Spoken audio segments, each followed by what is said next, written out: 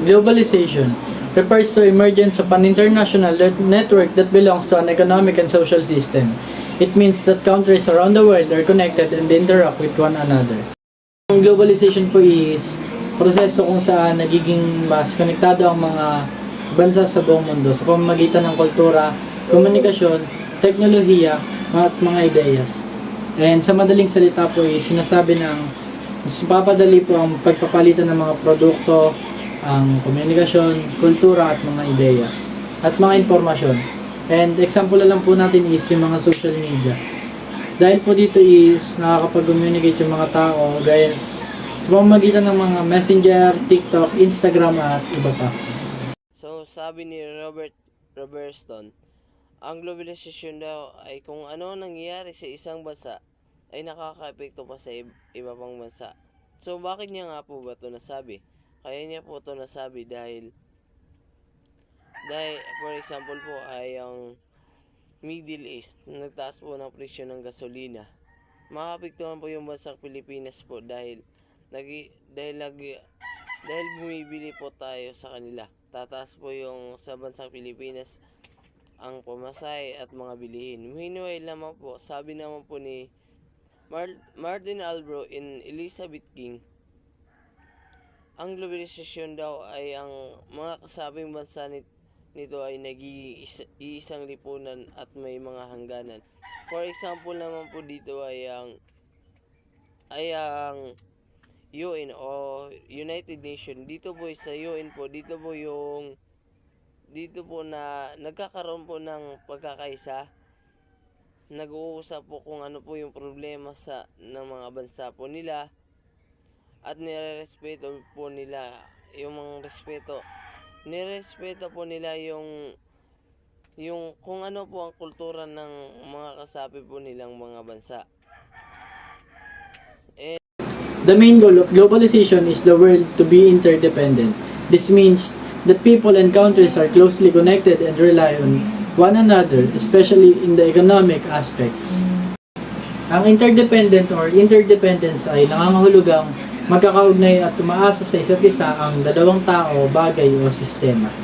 At ibig sabihin po nito is kailangan ng tao or hindi sila gumagana kung sila lang mag-isa. At ang example po nito is yung guro at estudyante. Yung guro po is nagtuturo at yung estudyante ay nakikinig. At hindi naman po gagana ang estudyante kung wala ang mga gurong magtuturo. At ang pangalawang example po natin is yung magsasaka at mamimili. Ang magsasaka po is magtatanim at bibili naman po ito ng mga mamimili. Labor and factor naman po dito po yung mahalagang salik ng globalisasyon po na nag-uugnay po ng mga ekonomiya sa iba't ibang bansa.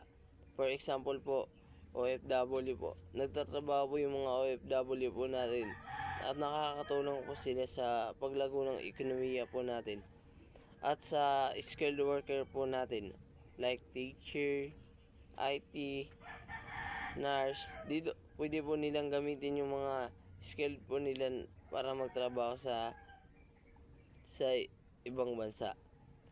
Meanwhile po sa migrasyon naman po, ito po yung paglipat ng tao sa ibang lugar o sa ibang bansa. For example naman po dito ay yung mga OFW po natin na nagustuhan na nilang manirahan sa bansang kanilang pinagtatrabuhan. So bakit nga ba po sila lumilipat ng ibang bansa? Dahil ang isa pong pinakamalaking dahilan po dito ay yung mataas po na sahod ng ibang bansa kumpara po dito sa Pilipinas. Next po is internal migration. Internal migration po is yung paglilipat po ng tirahan within Philippines from isang lugar na papunta sa iba.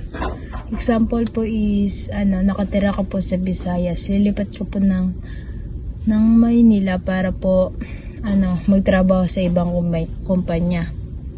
And second po is external migration. Yan po yung paglilipat po sa ibang bansa. Nalabas po dito sa Philippines. Halimbawa po is OFW. na nagtrabaho po sa ibang bansa para po sa pamilya nila.